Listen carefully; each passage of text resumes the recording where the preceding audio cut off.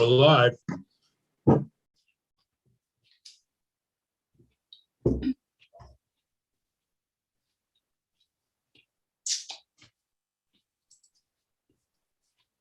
Oh, you're muted, Senator Sears. Good afternoon. This is Senate Judiciary. In the afternoon meeting, we're discussing youthful offender laws and changes that might be made or suggested. That, along with the raise the age, which would be a legislation that may be January. So this afternoon, we have Evan Meenan, Deputy State's Attorney with the Office of State's Attorneys and Sheriffs. Evan, welcome. Thank you very much.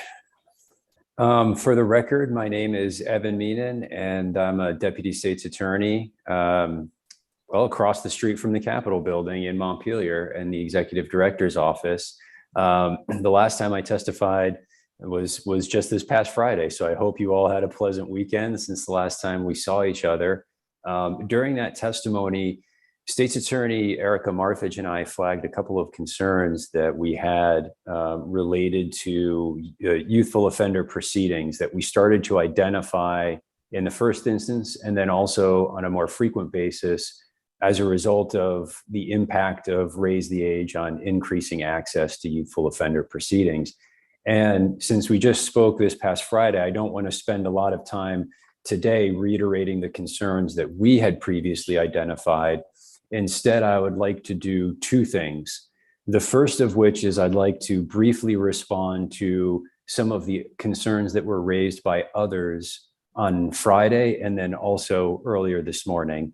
And then the second thing I would like to do is just sort of explain how it is that the department plans on hopefully meeting the November 8th deadline that Senator Sears mentioned for trying to submit at least frameworks for some constructive ideas on how to address these problems. So on Friday, after State's Attorney Marthage and I testified, Jen Pullman with the Center for Crime Victim Services also testified. And she had identified some areas in which victims' rights could be improved upon in the areas of delinquency and youthful offender proceedings. And we have had some preliminary conversations with both her and the network about some of these concepts.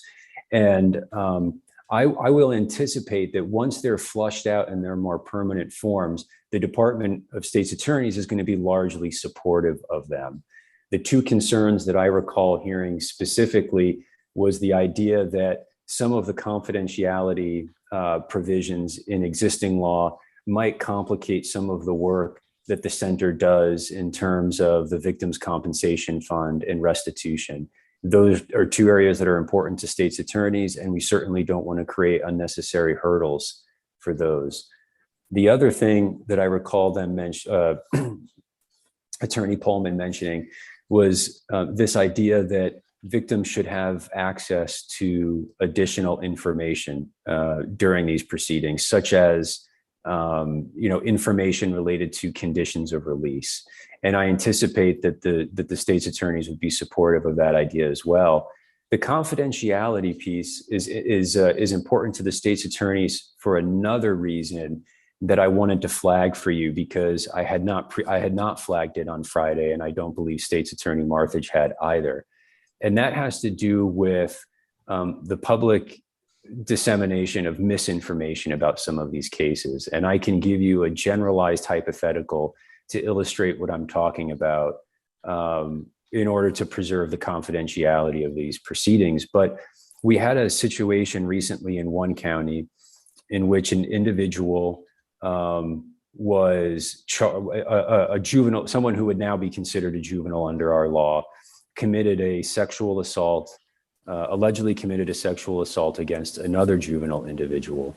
And the case was accepted as a youthful offender proceeding. And as a result, there was a lot of confidentiality attached to what was going to happen next.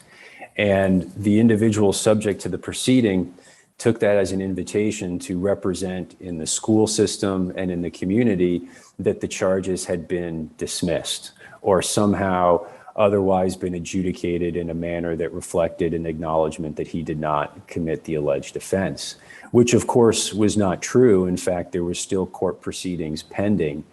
But the problem that we encountered was a way to support the victim by refuting that misinformation without breaching the confidentiality provisions of these proceedings.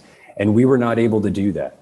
And the concern that we have is when victims are not supported in that manner, it might make it even more difficult, especially for juvenile victims, to trust that a disclosure of the sensitive nature of this will be handled appropriately.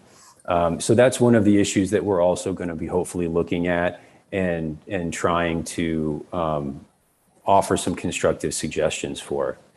In terms of the November 8th deadline, I believe I flagged last time that the state's attorneys are working on a framework for some solutions to some of these issues, because we don't want to be an entity that just comes up and identifies problems without offering potential paths to fixing them. That's not constructive for anyone involved. What we would like to do by November 8th is submit something in writing that provides that framework, briefly identifies the problems that we have identified, provides some examples or hypotheticals illustrating those problems, and then offers some potential paths forward, while acknowledging that other folks might have equally viable paths as well.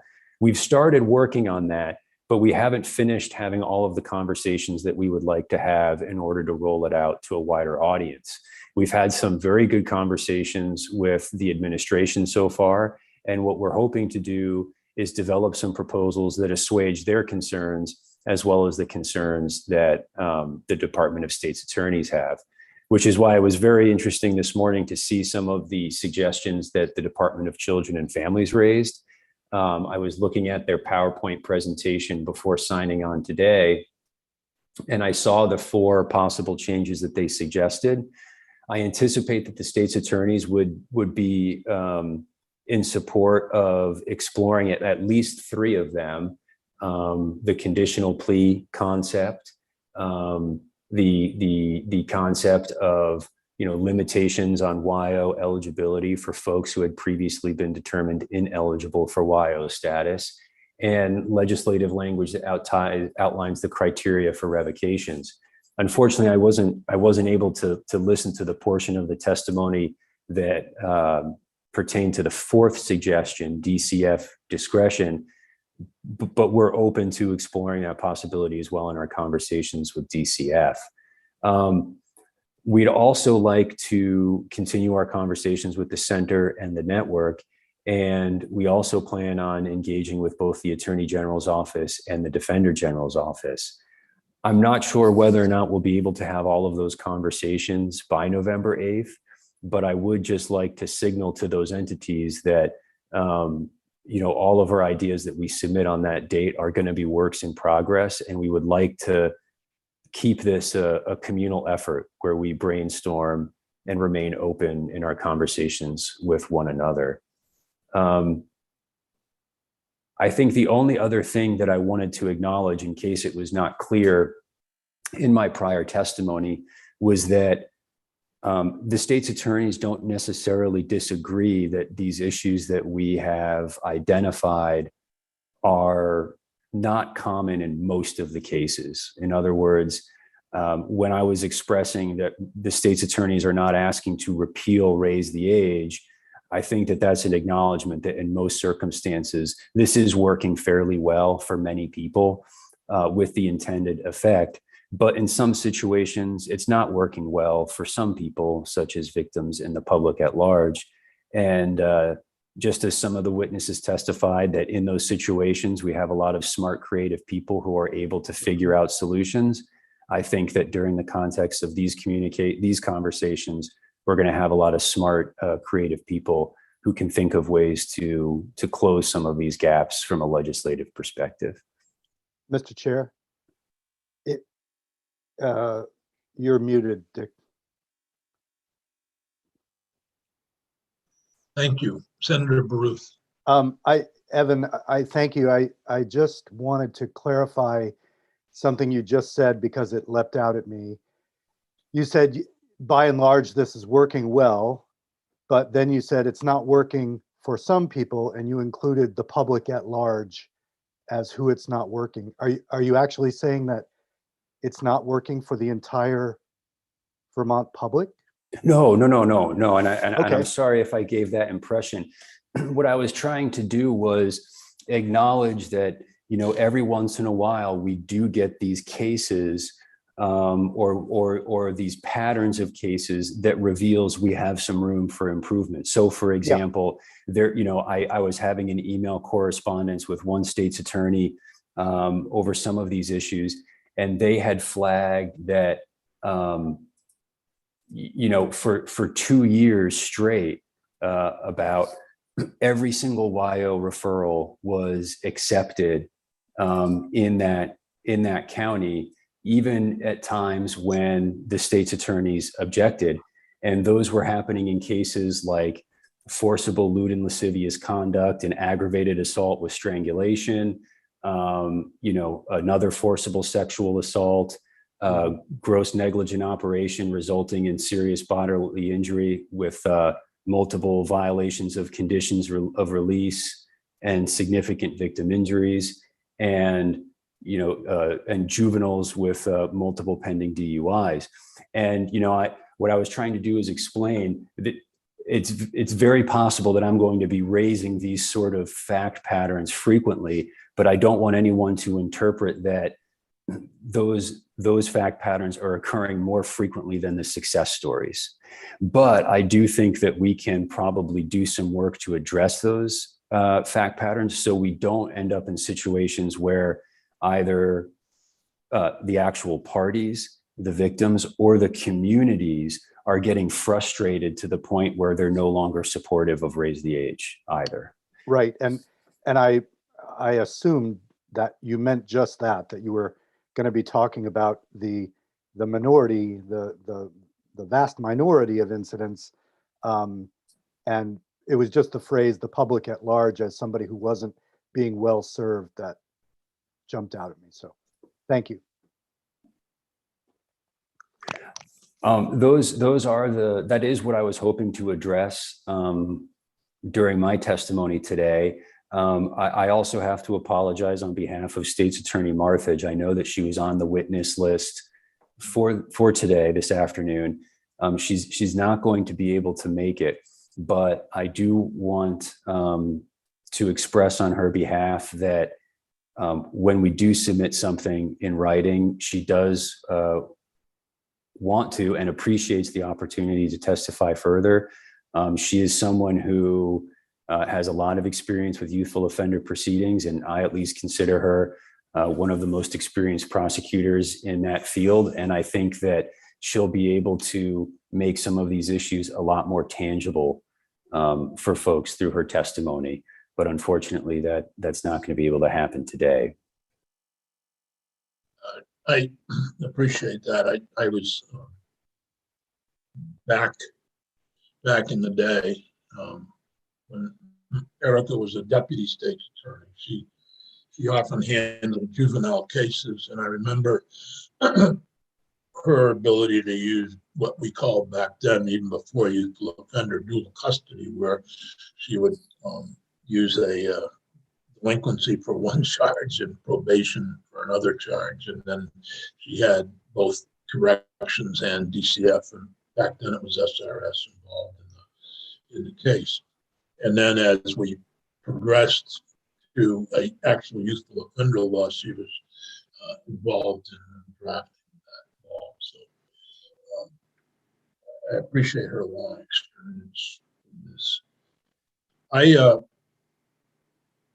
I guess what I'm trying to figure out is how we take care of that small group who are most visible to the public because of the nature of their crimes, and then the public sees them getting dealt with as a YO, and then noting that 95% of the cases are successful. They're going through diversion, they're going through the dual custody as it were, of GOC and DCF. and how we not throw that all out because of cases where perhaps there's disagreement with the court's decision or the decision of the. Anyway, that's what I really want to avoid. So I appreciate that in what we do, we recognize that this law is actually working.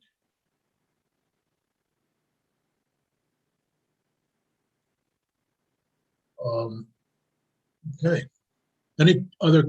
Any questions for Evan or regarding the state's attorneys or how it will all operate? I'm going to jump then to Marshall Paul, who is the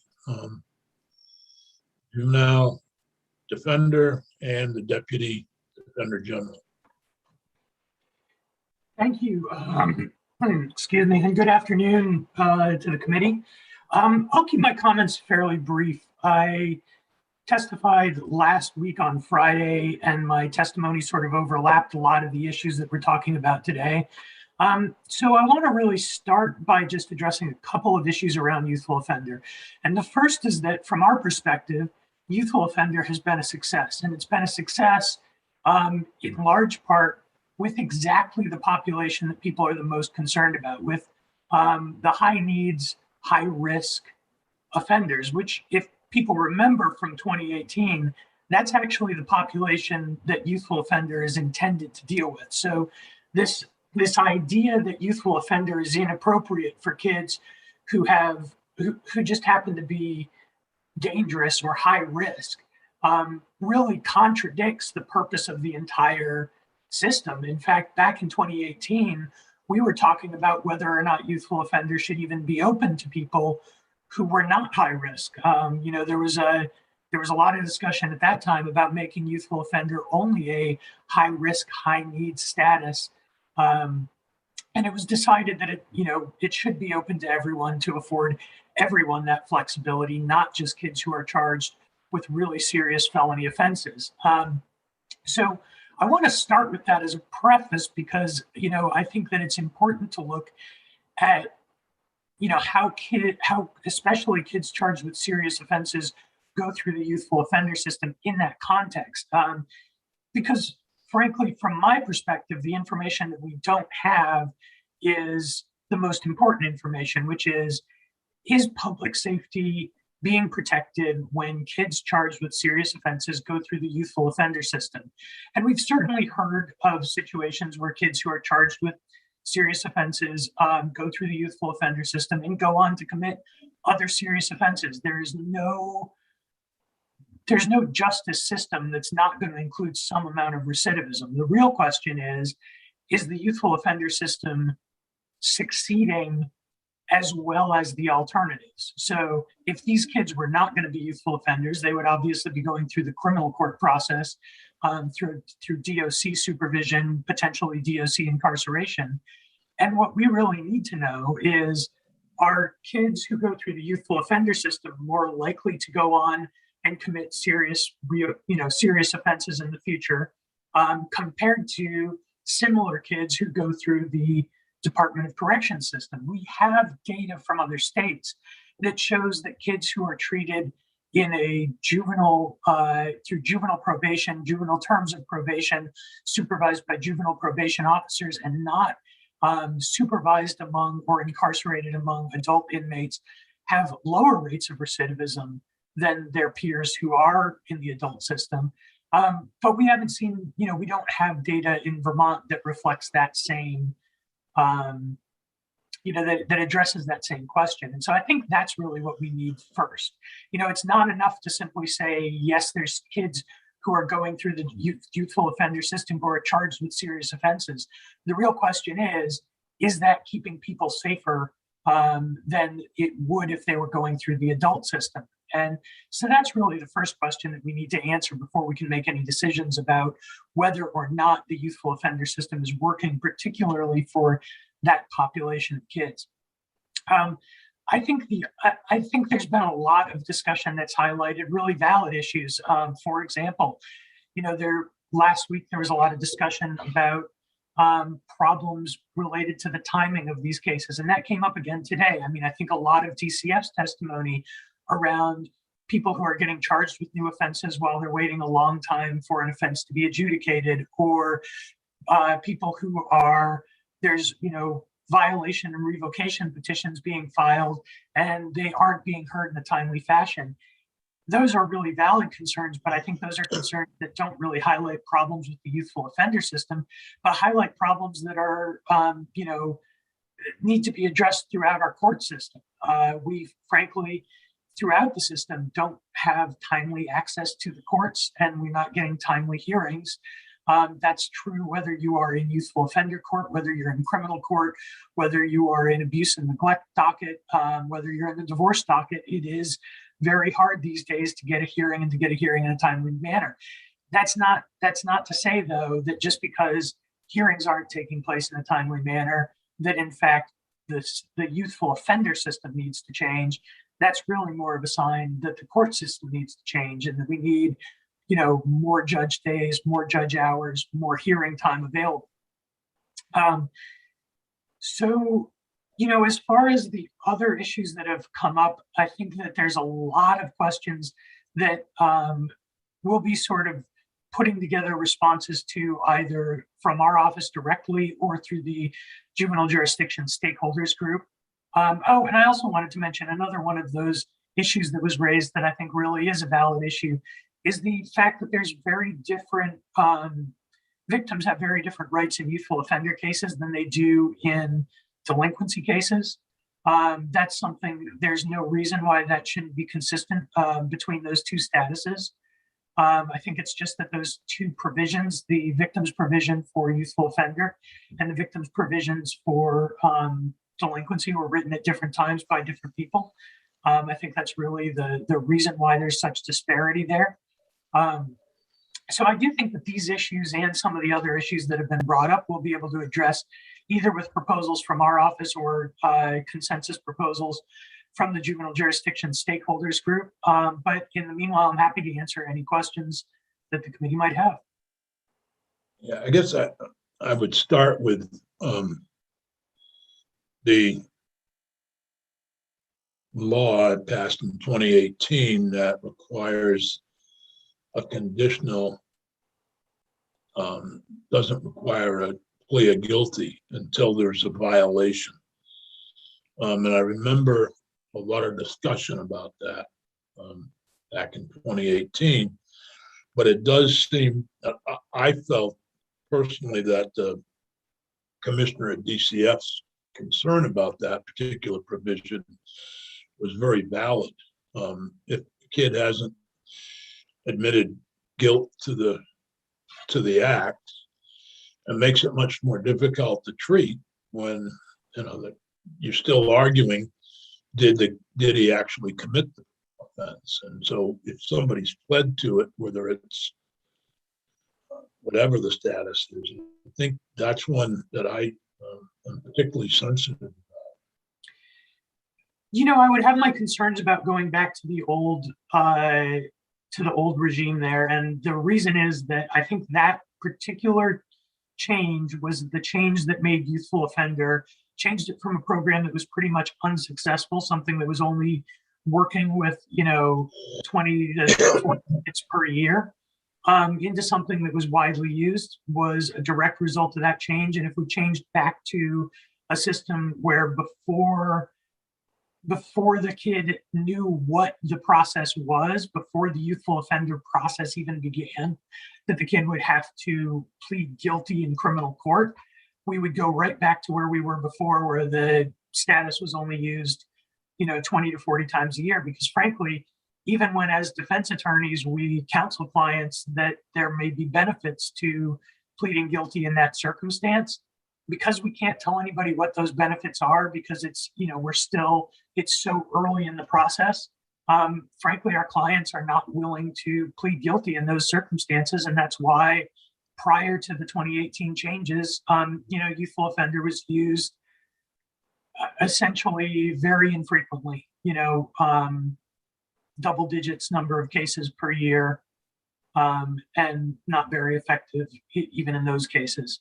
So I understand the concern. I do think that there's a lot of work that has to go into crafting youthful offender probation conditions that could address those concerns. Because frankly, if a kid is not engaging in treatment, whether because they are continuing to deny an offense or for any other reason, in most cases that should be a violation of probation, with potentially a revocation attached to it, depending on the circumstances. And in most cases, when I've seen youthful offender conditions being written, they are written such that failure to engage in treatment would be a violation and would result in violation or revocation. I think that if that's not happening in certain circumstances, that may be, again, more of a training issue, something having to do with, making sure that we have conditions of release and conditions of probation that are crafted so that, kids who are engaging in the treatment process are, being successful through the youthful offender program, but people who are not engaging in the process are getting violated and getting kicked out of the program because it's not a program that's really going to work for people who are not engaging in treatment. But again, I think that has more to do with how the process of writing conditions and then enforcing violations of those conditions works. And again, the idea of there needing to be more clear language around the conditions for revocation, I think we would agree with that. There is no statutory language that explains what the standard is for a revocation. There is a Supreme Court case in Ray JS where the Supreme Court took up that issue. The defense argued, in fact, it was my case, argued for essentially any standard other than the same standard that they used to grant youthful offender status in the first place. And the Supreme Court said no and applied exactly the same standard that's used to grant youthful offender status. So under the current law, if a court is faced with a revocation, the court goes through the same exact analysis. Will continuing this kid on youthful offender rather than revoking the kid protect public safety? Does the kid continue to be amenable to treatment? And are the resources for treatment, do they continue to be available? And if any of those things are not true, then there's a revocation and the case goes back up to the criminal division for an open criminal sentencing. So I would agree that having a codified standard would be valuable. I think that for a couple of reasons. I think that because it's good to have the law in statute, not just in case law. And also because I think that just about anything that we do in statute will actually be better for youthful offenders than the standard that the Supreme Court adopted, because that standard is, like I said, exactly the same as the standard for granting youthful offender in the first place. It doesn't recognize that there's been any sort of liberty interest that attaches to getting the status. And therefore there should be, if that was the case, then there would be a higher bar for getting revoked than there is for getting the status in the first place. The way the Supreme Court sees it, it's the same either way. So we are certainly in favor of seeing a codified standard put right into statute. Thank you. What about the concerns of public safety? How well defined is that? I mean, I know it just says it in So I can tell you 2018 legislation, but how are different judges interpreting that? I can't tell you how every judge is interpreting it. I can tell you that in a lot of court, I was looking at some statistics just the other day, and about 50% from what we're seeing of youthful offender petitions are not granted. So about 50% of them get granted, about 50% of them are either withdrawn or denied. In my experience, those cases that are withdrawn are typically withdrawn because, typically on the defense side, when we want a kid to get youthful offender status, the way we do that is we file a petition and then we seek out a expert witness who can testify to that kid's amenability to treatment, to the treatment resources that are available, and to that kid's risk to public safety. A lot of times what happens is our expert witness meets with the kid and then calls us up and says, you don't want me to testify about this kid. This kid is, I'm not going to be able to testify that this kid is not a threat to public safety. And then we simply withdraw the petition. I think that explains a lot of the withdrawn petitions that we see. So from my perspective, just on a statistical basis, we can see that the courts are engaging in that sorting. They are determining that there's a lot of cases that don't belong in the youthful offender system. I can't tell you, and I don't think there will be any statistics that can tell you how many of those dismissals are due to public safety versus how many are due to amenability to treatment or availability of treatment resources. But anecdotally, I would say that those latter two are actually the least likely to result in a denial. The most common cause of a denial is that there's not proof that youthful offender status will protect the public. So I think it very much is being taken seriously. Does that mean that there are individual cases or even individual judges or state's attorneys whose decisions are not being effective? I certainly haven't, I haven't seen that, but it's possible.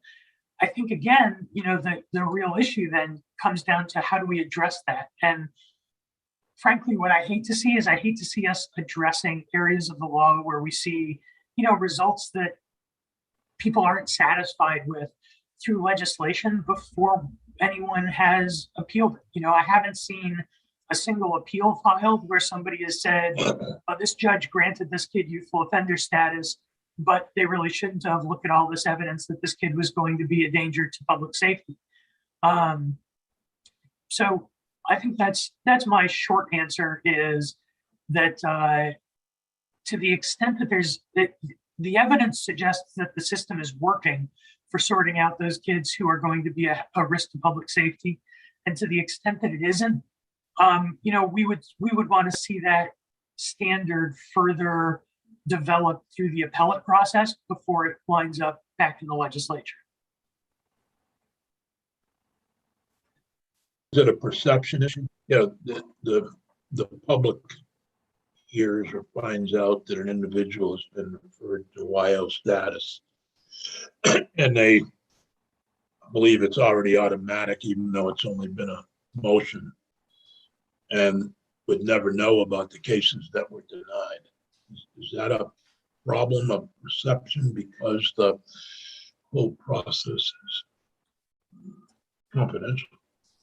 I think that is. I think that's exactly what it is. I do think that there's been a lot, a lot of the stuff that's been raised has really illustrated the need for there to be more training, both within the justice system and, explanation and publicity outside of the justice system, so that really we have sort of a more universal understanding within the system, a more consistent application of these laws, and that outside of the system, people really understand what the difference is. I mean, frankly, when I'm explaining youthful offender to clients who might be eligible for youthful offender, what I'm telling them is this is actually a far more involved and rigorous, and in many ways more high stakes process than the adult criminal process. Because I have kids who, if they were going through the adult criminal process, would likely be getting a fine and maybe a suspended administrative probation sentence, maybe not even that, maybe just a fine. But going through the youthful offender process, they are getting, a lengthy period of supervision, and they're in fact getting more, I don't want to say aggressive, but more intensive is the right word, intensive supervision than they would get if they were going through the adult criminal process. Because in the adult criminal process, especially a lot of younger offenders, a lot of first-time offenders, wind up on administrative probation, where they, call into their probation officer once a month to check in. They're not doing in-person visits. They're not subject to that at all. Whereas in the youthful offender process, they are almost certain to be on a treatment-oriented set of probation conditions. They are going to be subject to much more intensive probation supervision. And there's going to be a lot more courtroom follow-up for any alleged probation violations or, even petitions to revoke. because it doesn't go through that sort of administrative process that the graduated sanctions that happen in the DOC process. So there's a lot of ways where the perception is that somehow people are getting away with something or getting away with less supervision or less intense supervision when they go through the youthful offender process. And in fact, in a lot of cases, the opposite is true. Other questions for Marshall in this brief?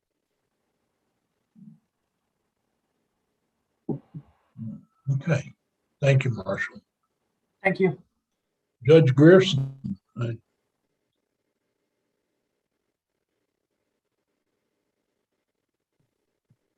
Good afternoon. Good afternoon. I guess we said goodbye too soon. Well, I'm back. Let's put it that way. I'm back. Good afternoon, everyone, and thank you, Senator and committee, for inviting me back. For the record, Brian Grierson, Chief Superior Judge. I was able to listen to part of the testimony this morning, and obviously I've been listening to Marshall and Evan this afternoon. I don't know that I can add anything new to what they've said. I was intrigued by the commissioner's testimony this morning when he talked about the areas that they're looking at in terms of possible legislation. He talked about standards for revocation of youthful offender status, and I was just obviously listening to Marshall's comments on that. And the fact that there was a concern over standards is one that was new to me when I was listening this morning. But I understood, as Marshall indicated, that the Supreme Court had addressed that issue, at least from a case law standpoint, and had adopted or had stated in their decision that the same standards that apply to eligibility for youthful offender status would apply in a revocation hearing. So I think there's two issues around that. One is, do we need, do the standards as enunciated by the court need to be codified, which is probably not a bad idea, as opposed to there are problems in understanding. What I thought the commissioner was saying was that there were problems in understanding what is required for revocation. So I would agree that with the Supreme Court's decision in mind, that it may be appropriate now for the legislature to consider codifying that. Going back to the commissioner's comments this morning, the admission or the lack of admission to merits before youthful offender status is determined is certainly one that, when this legislation was originally being discussed, involved a significant amount of discussion around that very issue. Having said that, I understand where there can be a conflict if the individual involved does not have to admit to the underlying facts in order to be considered for youthful offender status. And maybe there is a way of looking at a provisional admission. But that issue is not one that's certainly new. It's one that we understood at the beginning of this process, and maybe it needs to be revisited. I certainly understand Marshall's concerns around an admission. I was also, the other part of the revocation proceeding was the delay, or at least some witnesses have talked about a delay in hearing those matters. And the suggestion was made that with more judge time and more hearing time, that would be the answer. And I'm not suggesting that more judge time, more hearing time may be part of it, but it also requires the attorneys, be it state's attorneys or defenders, to be available for that additional hearing time. There is no more hearing time during the days that are now allotted to juvenile matters. Keep in mind that Chittenden is the only court in the state that has a juvenile docket, whether it's chins or juvenile delinquency, 5 days a week. Many other courts are 2 days a week, maybe 2.5 days, but they are all limited to the amount of time for the juvenile docket. And there's no question that to the extent that there was a backlog before the pandemic has increased that backlog. But in order to devote more judge time and hearing time, you're really talking about expanding the time that is available for hearings out of what is now scheduled, going into other days. And that, I think, is the difficulty in doing that. You are then impacting other dockets, but you're also need to make sure that the attorneys are available for these cases. Just by way of example, Chittenden, as I said, is the only court that has juvenile proceedings 5 days a week. Earlier this summer, they at one time had 2 prosecutors devoted to the juvenile docket. And for reasons unrelated to any issues, certainly before this committee, both those prosecutors left in a relatively short time. And my understanding is that Chittenden has only been able to bring back one prosecutor, hire one prosecutor for that docket. And so the issue becomes in trying to, for instance, to schedule the the judicial master for more hearings up there has been a pushback, if you will, from the prosecutor saying we don't have the prosecutors available for more hearing time in front of the judicial master. That's just one example of a court that's already in place that has the time devoted in its schedule to 5 days a week.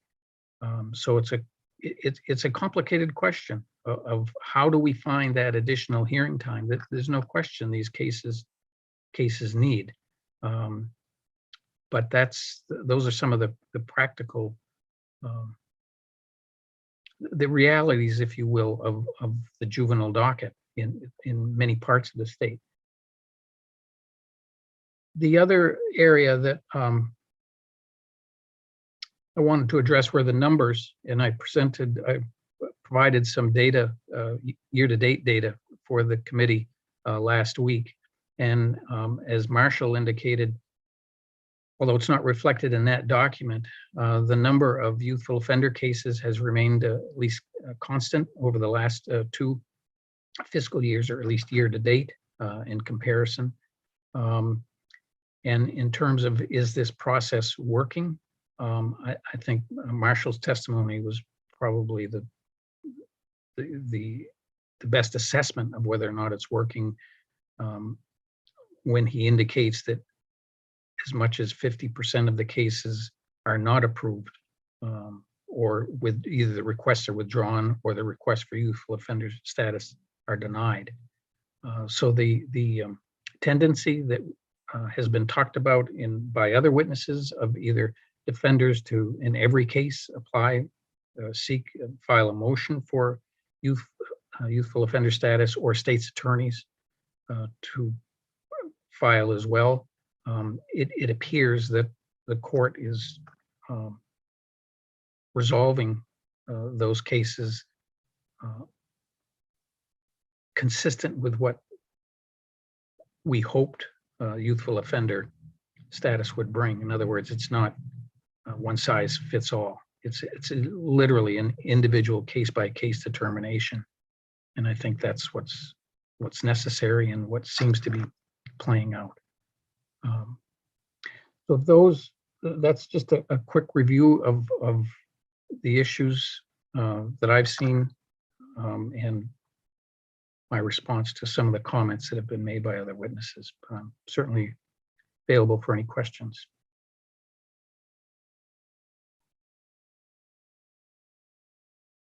Excuse me. Are there questions for Judge Grierson? I guess in terms of public perception, and I'm sure you hear from judges, are there problems and confusion between raise the age and youthful offender laws? Well, I think from a public perception, there is. I think in anticipation of testifying last week as well as today, I reached out to some of the judges who have been particularly involved in the juvenile docket over the last year. And their overall comment, and I may have mentioned this last week, was that they didn't see an adverse impact on filings or caseloads as a result of raise the age. And they went on to say, and I don't think I mentioned this last week, that the youthful offender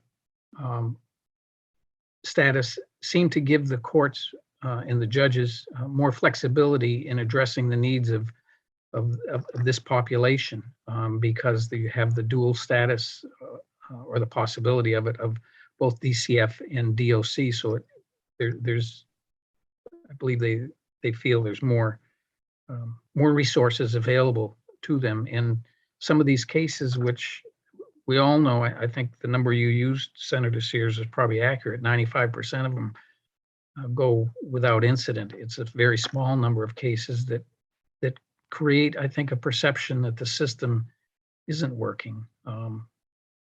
But that is, even if those numbers are accurate, I think it means that this process is working, has been working effectively.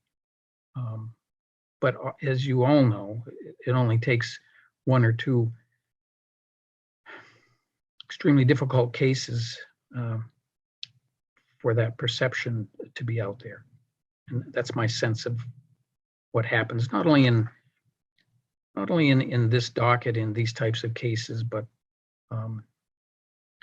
in the adult criminal division, when we have controversial cases, either by way of initial appearances and bail, setting bail, or at the end of a case because of mental health issues, competency issues. It is sometimes hard difficult, I think, for the public to understand the issues that come into play in all of these matters. And so the public perception is oftentimes, it's based on one or two cases that are extremely difficult. It's an awfully long answer to your question, Senator, but that's my sense. I guess I struggle with this. I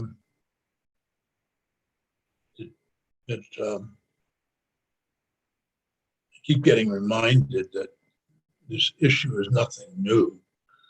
In 1969, the state of Vermont established a correctional facility for youthful offenders in St. Albans, Vermont. And then the Windsor prison had to be closed due to security lapses and actual bars coming off the windows and other things. So they made St. Albans into the major state prison at the time. So the youthful offender program went away. And that's a little bit of history. You know, the perception goes back even further, at least in my memory, to the days of the old week school at Virgins. And I can remember, you know, if a neighborhood kid went to week school, when they came back with a certain aura, and there was a certain perception to anyone who had been to the week school. And so that public perception of the criminal justice system, whether it's adult or juvenile, carries a significant my wife perception is a significant factor in how you assess the whole system. My wife, who was born in Virgins, remembers clearly being told she was going to the week school. Right. Parents use that fairly effectively in back in the late 50s and early 60s. The week Yeah. school was, it was heard in many homes, let's put it that way. Anyhow, the issue is not a new one, but the issue is, I think, we hear about a mall shooter being treated as a youthful offender, and I think that's when the public outcry. I don't know any of the details of the case. I'm not in Chittenden County, and I don't know the details. When the public hears that, they get worried. They do. And we've made the legislature's made significant changes in both the juvenile system as well as youthful offender over the last few years. And maybe the suggestions by the commissioner and perhaps the concerns raised by the executive branch, this is a good time to look at what we've done and see if there are ways that whether it's perception or whether it's real to now look at what we've put in place. And maybe there are areas where we can address the issues that have come up and make some changes. All right. Thank you, Judge. Any other questions for Judge Grierson? Thank you very much. Our next witness is Charity Clark from the Attorney General's office. Welcome, Charity. Thank you. Charity Clark, Chief of Staff for the Vermont Attorney General's office. Thank you for the opportunity to testify today about this important issue. It's been interesting and enlightening to hear Tony this afternoon. I missed this morning's, but I'll catch up later. Generally speaking, the Attorney General's office supports the juvenile offender law as it currently stands. I don't have any specific recommendations for changes, although I certainly was listening this afternoon. I want to emphasize our support for the process that's in place and the confidentiality afforded to youthful offenders. This allows them to avoid adverse collateral consequences, such as opportunities related to housing, education, employment. And we feel it strikes a good balance between giving the youthful offender an opportunity to keep their records confidential and having their case go back to criminal court if they are non-compliant with probation. The thinking we have is that if a youthful offender case is returned to criminal court, there's already a guilty plea in place, so the youthful offender will just be sentenced, and this would avoid a drain on the criminal court resources. Beyond that, of course, we're interested in following along and being a part of the process. I know you're referred to in the testimony this afternoon, and certainly look forward to being a part of the thinking and the collective work on this issue. For now, I would say that's our testimony, and thanks again for inviting us this afternoon. Thank you. Any questions for the Attorney General's office? Thank you very much. In terms of diversion, did you check just to see if it's created a new wave of diversion or not, since diversion is under your office? I know that we have had an increase in diversion, which is always great because diversion is a wonderful program. I don't know if there's definitive correlation here, but why don't I check on that and get back to the committee? Great, thank you. Other questions? Hearing none, thank you very much. Thank you. Is Jay Diaz, I don't see him available, which is all right. He did testify at the last meeting. Then I jumped to Jessica Barquist from the Vermont Network Against Domestic Assault and Sexual Violence. Hi, everyone. Good afternoon. Good afternoon. Well, good to see you after a wonderful summer, I hope. Yes, good to see you all again. For the record, Jessica Barquist, Policy and Organizing Director for the Vermont Network Against Domestic and Sexual Violence. And I want to start by saying that the network is deeply appreciative for the work of the legislature on issues related to juvenile justice. We remain committed to the overall purpose and direction of these juvenile justice reforms. And the policy changes related to raise the age and youthful offender have really helped to move our legal responses to criminal behavior among our emerging adult population to really be in greater alignment with those criminal justice reform efforts, as well as the neurobiology of emerging adults.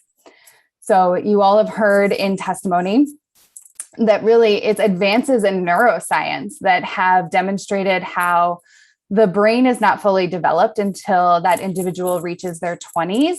And that adolescent brain is really highly responsive to risk-taking, peer influence, and reward systems.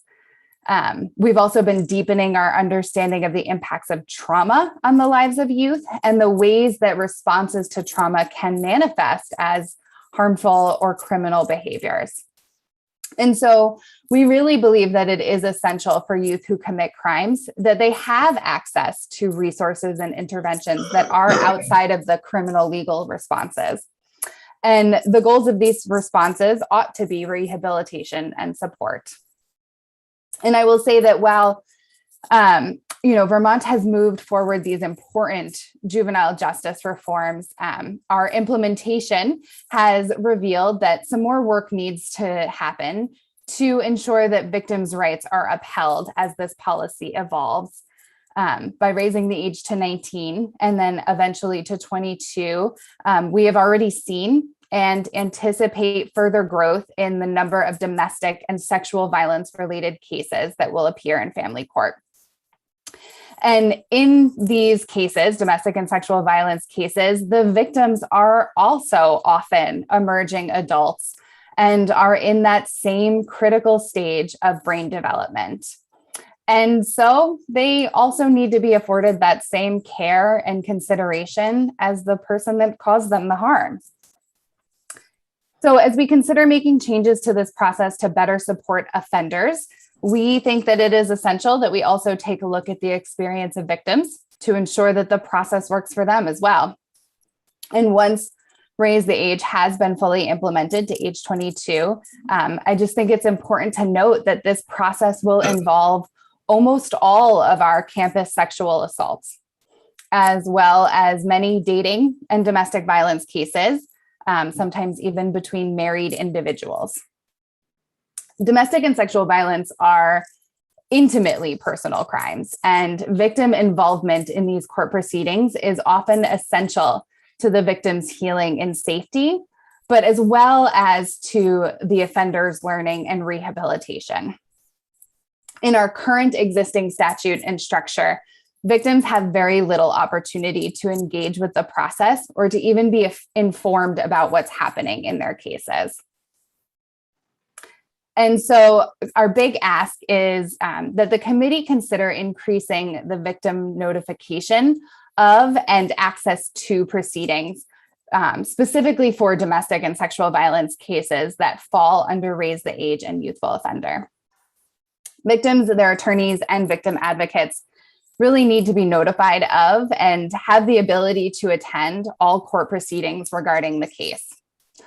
Currently, it's different for Raise the Age and YO cases. And in Raise the Age, victims are only allowed to provide a victim impact statement at the disposition hearing.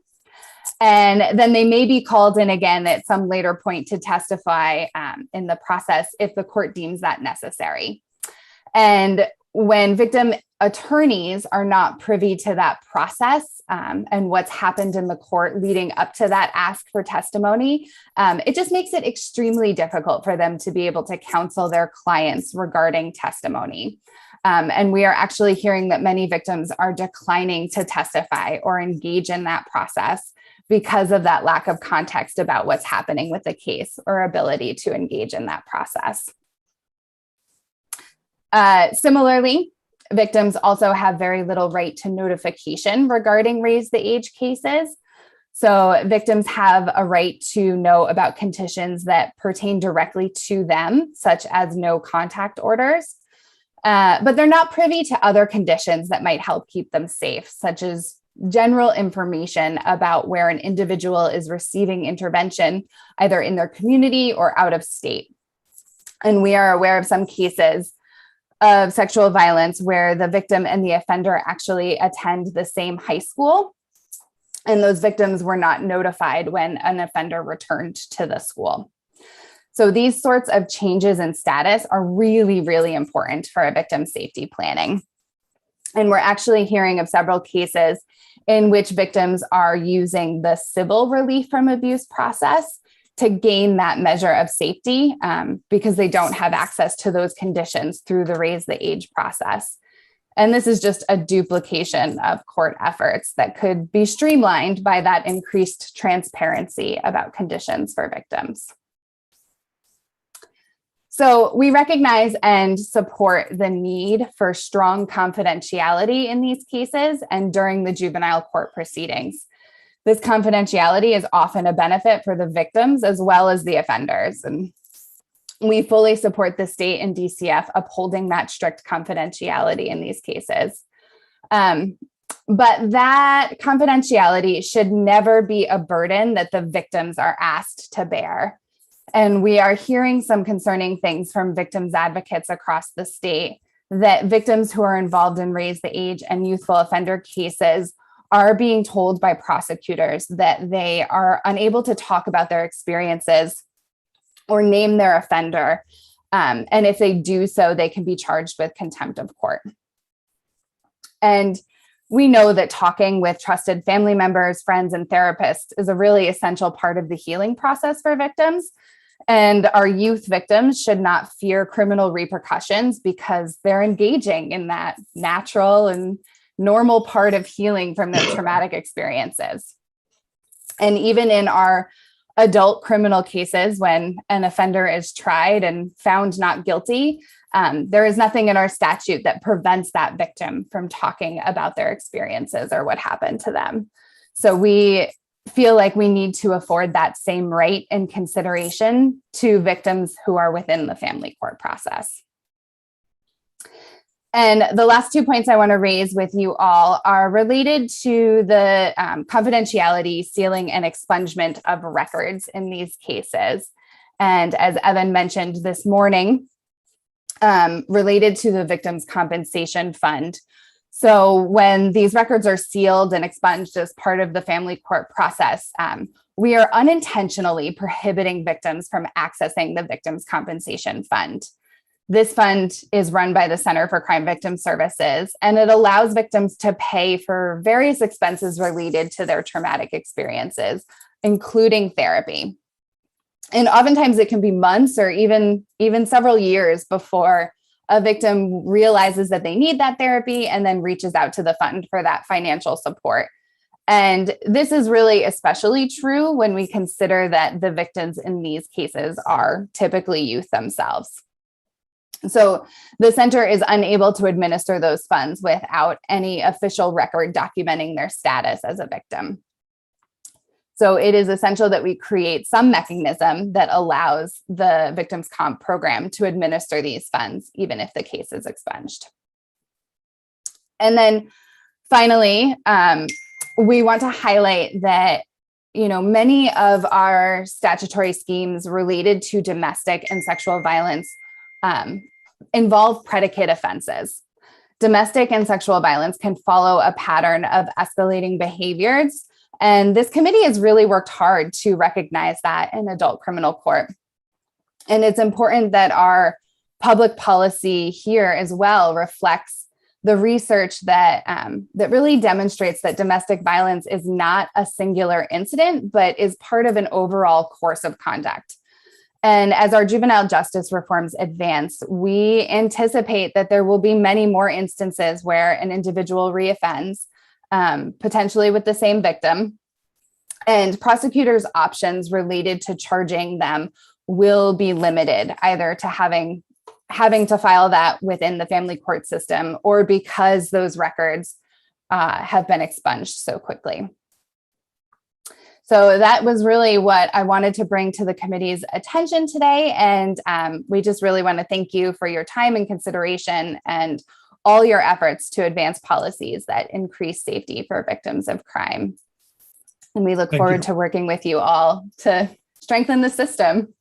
Yeah, the first question I guess I have is, why would the raise the age impact victims' rights any more than it's throughout the juvenile system? It simply raises the juvenile court case, except for Big 12, up, for 18-year-olds currently.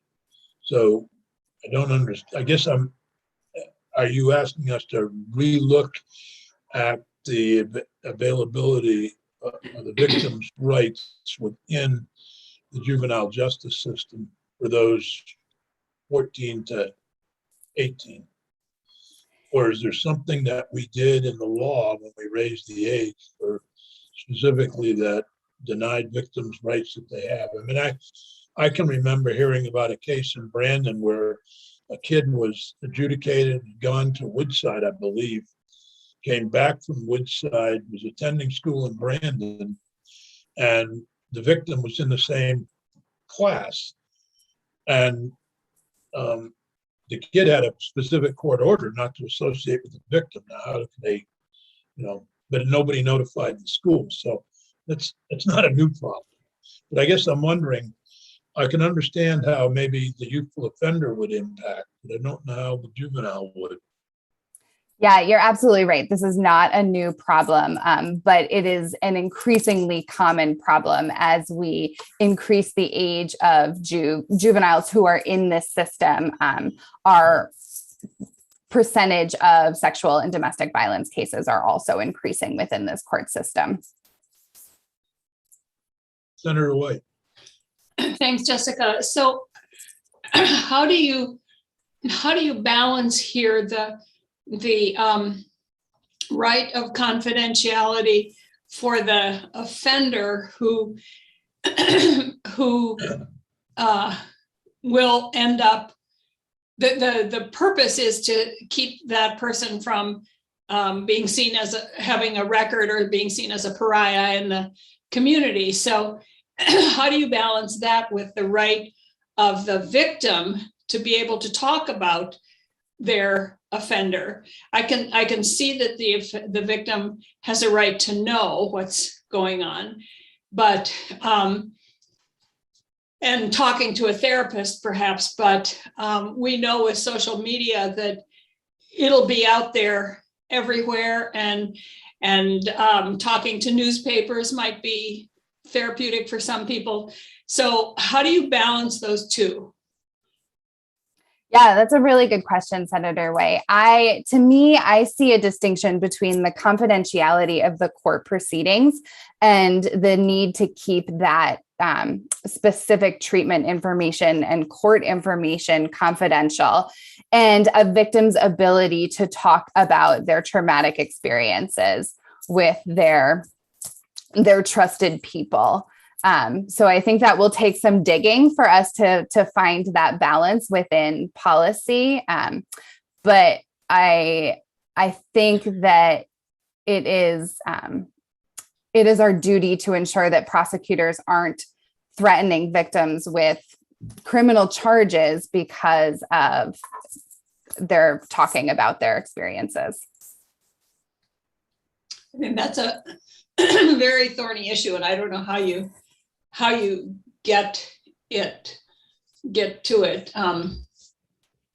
But I guess we need to look at that more. Well, I think what I heard Evan Meenan suggest was that he was going to work with the network and the Center for Crime Victim Services on some of the proposals that Jessica has mentioned. One particular one is I hate to see victims not have access to the Victims' Compensation Fund because the record is either juvenile and sealed or because the record is expunged.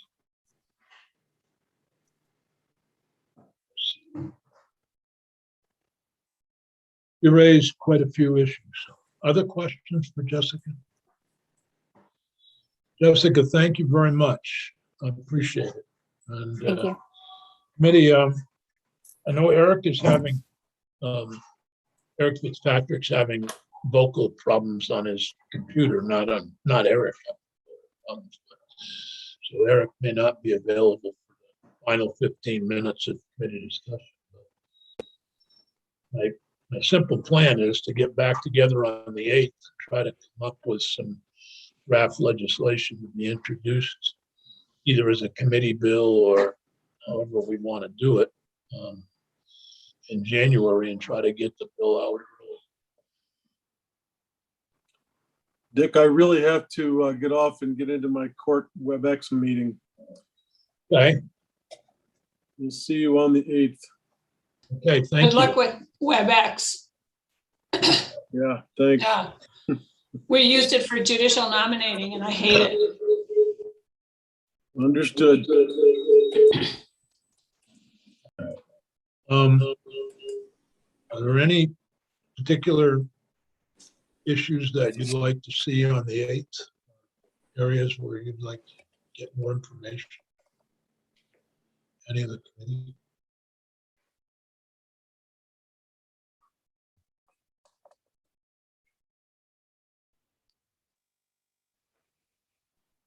Okay, I think we actually got some good suggestions and some work to do. Eric? You Yes, talk? thanks, Senator. Yes, the technical difficulties appear to have been fixed. Thanks. Oh, okay, good. So is the thought for the 8th that it'll almost be sort of a committee drafting session in the sense that some of the advocates will come back Yeah, with getting some the proposals? with their proposals, and then Yep. you might send a note, or Peggy, or you or Peggy could send a note to them to get those proposals to you before the meeting on the 8th. Might be helpful, if they can. I would get, the one easiest, probably the easiest draft is just to put down, extend by a year for beginning discussions, to raise the age to 19. Right. So from 2022 to 2023. Yeah, and then if it looks like they could argue for 18 months, but we were talking today between 12 and 18 months. The second is, how do we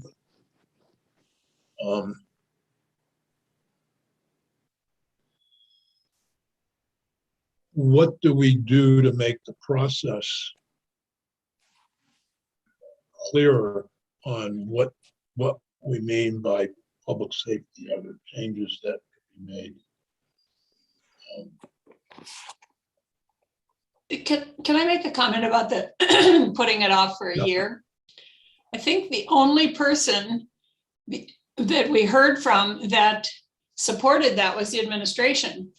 None of the other people testifying supported that. I don't think Erica Marthage did. The AG's office didn't. ACLU didn't. Marshall did, if it would, I think, this is what I heard, in the meantime,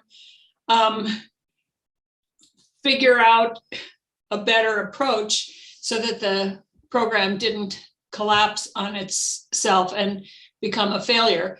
But other than that, the administration was the only person, the only entity that I heard that supported delaying it. And instead, what I heard from people was making some of these changes in the program itself that would address some of the issues.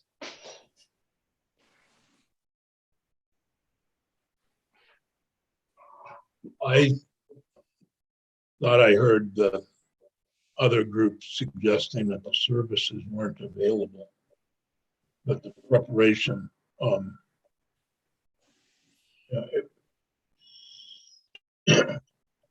obviously this could be for discussion. Obviously it is. I mean, it seems that if 95% of it is working for people, that there are at least the services needed for those people. And that my guess is that in a year, we wouldn't have the services available for that 5% anyway. And then we'd just be asking for another year's delay. But I may be wrong. Dick? Yeah. I just wanted to throw in there, I agree with Jeanette. And And that's why I was a little disturbed to see today the suggestion that we should have a presumption that in the future, somebody should be denied youthful offender status if they don't get, if there aren't available services, because then we're just institutionalizing the fact that there are never going to be services, or at least the presumption is that there won't be services. And instead, to go back to what we talked about last time, I would really like to see the administration come forward with a budget to get the services and a timeline to deliver them if they want raise the age or changes in youthful offender status. So I feel that there's just this sense that we throw up our hands and say, well, services aren't available, and so let's build the law around that reality, rather than we have money right now that we can put into the system. So anyway, I don't disagree. The only place where I think needs better definition is the area of what do we mean by public safety? Yeah. One could argue that somebody who does, is a pain in the neck is a danger to public safety versus what we thought. And I think that's open. That's the area where I am concerned. I don't disagree with you about the service. No question. They will. For me, the services aren't available for somebody that has traumatic, for example, may have traumatic brain injury, and nowhere have we even developed the services, Right. Throughout the continuum for that need, and who may also be violent. So that would be, an area of services. If it's an area of services because we don't have enough recovery beds in Bennington County, then that's not a good excuse to not place that kid in YO status or raise the age. So I don't think there's some disagreement there. Why I suggested a pause of 1 year is because the reality is they're not prepared, whether it's the pandemic or whatever. They're stringing along the 18-year-olds. I hear that we give them more ability for them to add to the 19-year-old can still be who may not be into the juvenile court, still get in through the YO process. I would like to see them to have somebody come in, and I think the two things, one was the public safety and one was more the definition around revocation process, and, Yep. and figure out what can be done and what percentage of cases, both raise the age and youthful offender, it might impact if we make some of those changes that have been suggested, rather than starting off by saying we're going to delay it and then look at those changes. But look at those changes and say, are they going to make a significant difference here? Because some of them aren't going to necessarily require more resources, like definition of public safety and revocation process and stuff. I think that isn't going to demand more resources, but it could solve some of the problems. And then if we can't, then go to delay. But that is just my preference.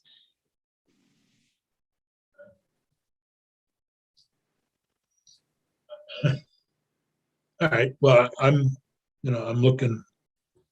I hear you, although I still think there is probably, personally, I see the system as not being ready to handle another in 12 months or less than another age group.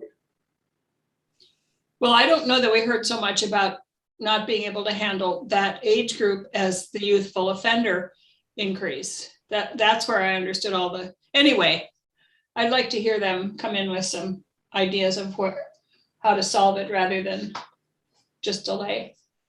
Okay, it's fair.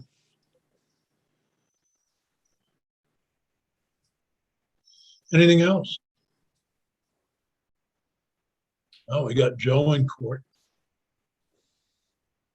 Hopefully everybody will be ready on the 8th. I have to tell you that people who have to use that WebEx system, it might, for attorneys and stuff, it might be okay. But we used it for judicial nomination, and it was hard to access. It would sometimes just disappear on me, or I couldn't hear. We heard about one case where somebody was, it was a custody hearing, and it turned out that the father, they were all remote, and it turned out that the father who was there had been unable to hear or be heard for about half an hour of the procedure, but nobody knew it. And so he missed all of this. That doesn't seem like a good way to administer justice, but I don't know. My experience with WebEx, I think, Alice, correct me if I'm wrong, I believe that's what we used for justice reinvestment too. And it hasn't been that bad. well, I think depending on where you live, if you live in Halifax, it's probably a little less reliable. It's a little harder to get on, that's for sure. Mhm. And you don't want to get off to check anything or to look something up because it's hard to get back on, I think. Yeah. But it's worked for justice reinvestment pretty well. It's not as, I mean, we're more accustomed to Zoom now, so it's not quite as easy a flow as that, but it can be done. I think it works better for the professionals, and people who are used to it than for the defendants and the plaintiffs, if that's what the terms are, the people who are just in court because it's the worst day of their lives. Mhm. Eric? I don't know if this would be helpful or not, Senator Sears, but I was trying to keep track of the different issues that were raised. And I think there may have been at least a couple of issues that there seemed to be some consensus about. And one of them, for example, was to make victims' rights consistent between the youthful offender and the juvenile statutes. And everyone seemed to be on board with that. Another one was that, for lack of a better term, to try and stop the ping-ponging back and forth between the family division and the criminal division. And I think Marshall and Erica had some thoughts about some language that could do that. It might be a pretty simple or straightforward fix. And the third one was that it may be helpful, because the statute doesn't define revocation, to put in some express standards, possibly based on the case that Marshall had indicated he had argued, in which the Vermont Supreme Court case had articulated what standards might be. So those were the three I had jotted, which it seemed like the people were kind of agreeing on. I could send an email out to everybody in advance of the 8th at least and say, any particular thoughts, at least on these three, to get the ball rolling. Or just wait and see what they submit. But it was just a thought I had. Yeah, but I also think Senator Baruth and White have made good points about one of the things we asked from Commissioner Brown and Dale Quirk was what resources are needed to implement raise the age initiative successfully, estimate of how much raise the age initiative cost, the plan for funding will be raised and used.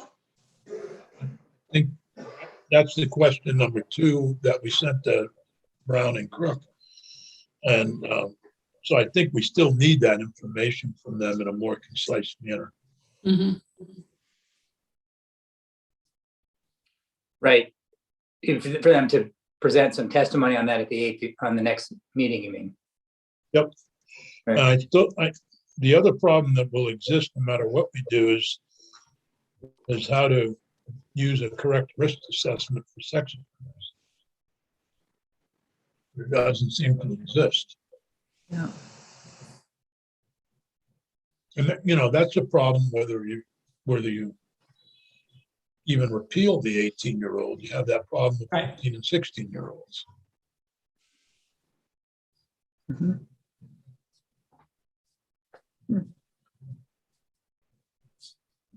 And nobody wants to discuss the age out. The age out. Oh, yeah, Well, if you're 16, excuse me, right. you're 18, let's say right now you're 18 and a half. Mhm. What do we do with you when you turn 19, when there's no further jurisdiction of the family? I mean, previously there was that voluntary piece that you'd continue to support them financially if they agreed to stay in the program. But of course, not everybody's going to agree to that, but that was how it worked previously. Yeah. I think they could stay on until 21 if they were in school and cooperating. You'd pay for room and board and everything else. Yeah. As long as they were in school, and working on things. Sure.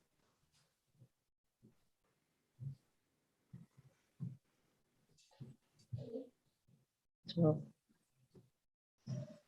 All right. Well, Phil Petty is taking over for Peggy, Peggy, who had to go to a meeting with the pro tem. Oh, I wondered who Bill Petty was. It's not the Heartbreaker group. Yeah, we know him.